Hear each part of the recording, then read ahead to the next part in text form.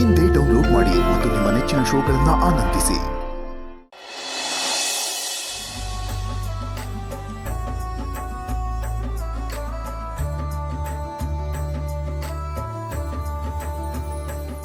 ಚೋಟು, ಏನ್ ಗೊತ್ತಾ, ಯಾರು ಆರತಿ ಹೊತ್ಕೊಂಡು ಹೋಗಿ ಪೂಜೆ ಮಾಡಿಸ್ತಾರೋ ಅವ್ರಿಗೆ ಬೇಗ ಕಂಕಣ ಬಗ್ಗೆ ಬರುತ್ತಂತೆ.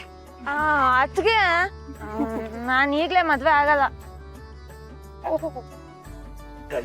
ನೀನು ಮದ್ವೆ ಆಗ್ತೀನಿ ಅಂದ್ರು ನಾವು ಮಾಡಕ್ಕಿಲ್ಲ. ನಿಂದು ವಿದ್ಯಾಭ್ಯಾಸ ಮುಗಿದ್ಮೇಲೆ ಮದ್ವೆ. ಪಾರು, ಇಷ್ಟೊತ್ತಿಗಾಗ್ಲೇ ನನ್ನ ಮಗ ಹರಕೆನ ಶುರು ಮಾಡಿರ್ತಾನಲ್ವಾ? ಹ್ಞೂ ಅತ್ತೆ, ಬೆಳಿಗ್ಗೆನೆ ಬಂದಿದ್ದಾರೆ ಅಂದ್ರೆ ಇಷ್ಟೊತ್ತಿಗಾಗ್ಲೇ ಶುರು ಆಗೋಗಿರತ್ತೆ. ಅದು ಅಲ್ಲದೆ ನಾರಿ ಪೂಜೆ ದಿನ ನಮ್ಮ ಮನೆ ಹೆಣ್ಮಕ್ಳಿಗೋಸ್ಕರ ಹರಕೆ ಹೊತ್ಕೊಂಡು ತೀರಿಸಿದಾನೆ ಮಾವ.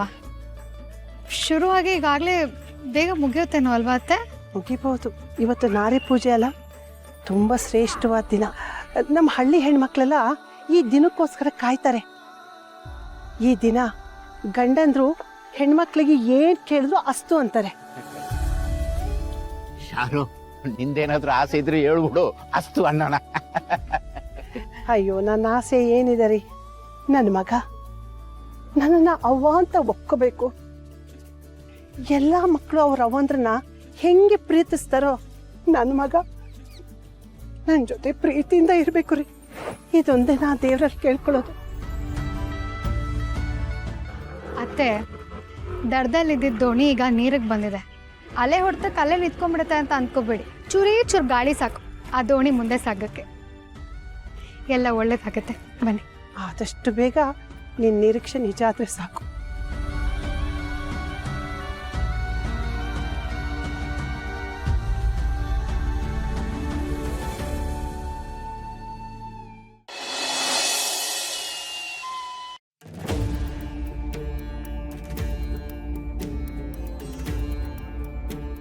ಅಣ್ಣೋ, ಇದನ್ನ ನಮ್ಮ ಕಣ್ಣಿನ ನೋಡೋಕೆ ಆಯ್ತಿಲ್ಲ ಅಣ್ಣೋ.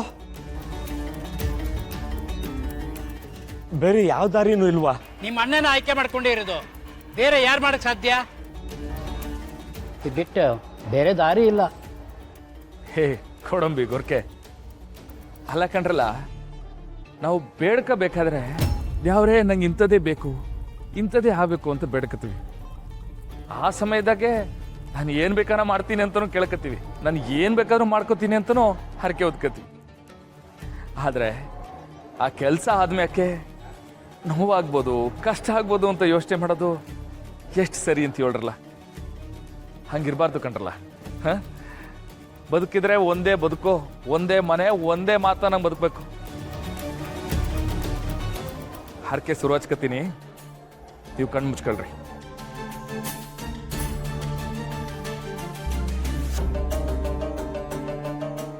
ಜೈ ಮಕ್ಕಳು.